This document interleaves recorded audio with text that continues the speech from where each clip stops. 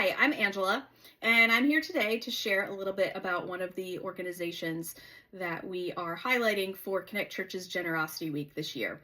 The last 2 summers, I've had the opportunity to go on a missions trip to Kenya with the organization Foundation for Peace. And while we're there, everything we do, we partner with the Living Word Church in Mathare North, and this is one of the biggest slums in Nairobi.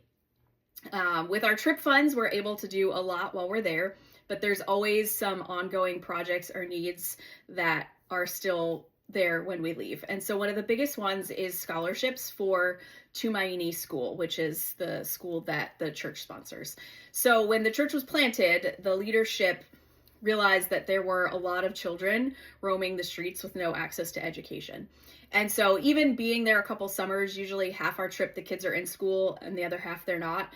And it's crazy on the difference between when they're in school and when they're not in school. There's honestly almost the same amount of kids on the street, which just shows how many kids are not in school and why this school matters so much. And so the leadership, knowing firsthand that education is going to be the key to self-sufficiency, they knew that they had to do something. And so they used their own funds to build a small tin church. And the first teacher was one of the church members, and she began classes inside this tiny church. And it was the birthplace of their first outreach, this school.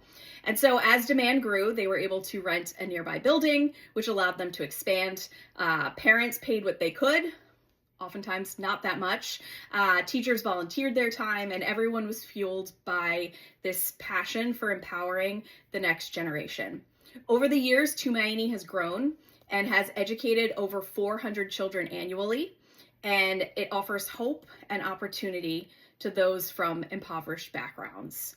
So, despite facing a lot of challenges, Tumaini School has become a beacon of hope in Mathare North. And so the Kenyan government likes to say that they will offer public education to any student, but in the slum with over 500,000 people, there are 3 public schools. And so clearly that is not enough school for all of those kids, which is why so many of them are on the streets not going to school.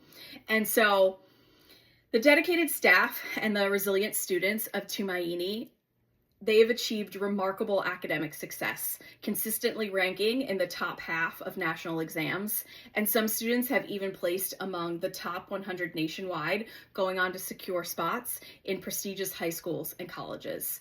They're doing phenomenal work there with the resources that they have. Currently, over 100 children at Tumaini attend school without sponsors, and this leaves the school struggling to meet its financial needs. You can also throw in the fact that the government decided to change regulations and consider schools for profit and charge them extra taxes. There's always things coming up that make it harder and harder to provide this hope and education for these students. But despite these challenges, the church remains committed to its mission. They continue to accept children that can't afford to pay, and they trust that more funding will come. During our Generosity Week, we will be supporting the Student Scholarship Fund. These scholarships cover the essential costs like tuition, uniform, books, and overall school expenses. Your generosity can transform lives. Tumaini School doesn't just provide education, it offers hope and opportunity to children who desperately need it. So thank you for partnering with us this Generosity Week.